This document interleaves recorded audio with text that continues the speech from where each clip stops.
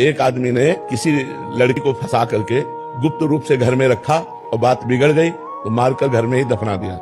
और इतनी सफाई से कार्य किया कि किसी उस क्षेत्र की लड़की नहीं थी तो किसी को पता नहीं चला। 10 वर्ष व्यतीत हो गए। सामने स्वर्णकार का मकान था तो कुछ राजकीय कर्मचारी उसके यहाँ आया करते थे, स्वर्णकार के यहाँ, और वो ऐसा नंबर 2 का काम करता था। तो उनको पता चला तो कुछ फीस वो देता रहा।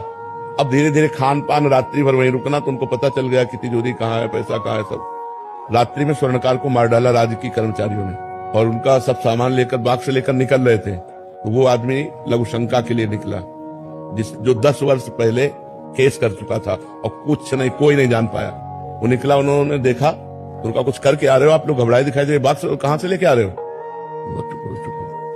हम तुमको भी इसमें से कुछ दे देंगे, तुम अपने घर जाओ। तो उनका नहीं, हम ये तुम्हें चोरी नहीं करने देंगे। तो उसने कहा हम चोरी नहीं किया, हम उसको मार के भी आ रहे हैं। अगर तुम्हें चैन से जीना है इसमें कुछ हिस्सा ले लो और जाओ। तो उसने कहा बिल्कुल नहीं ले सकते, हल्ला मचा रहे हैं। बोले मचाओ हल्ला। उसने हल्ला मचा दिया।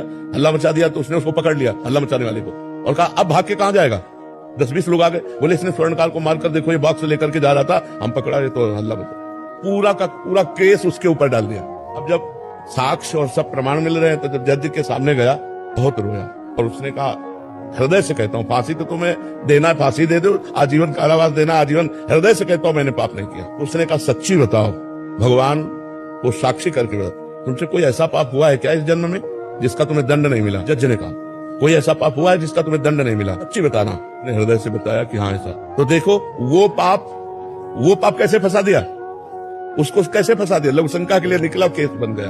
तो कई ऐसी घटनाएं होती हैं हमारे जीवन में जिसमें वर्तमान में हम दोषी नहीं होते, लेकिन भूतकाल का किया हुआ अपराध हमको वर्तमान में फंसा के दंड देता है।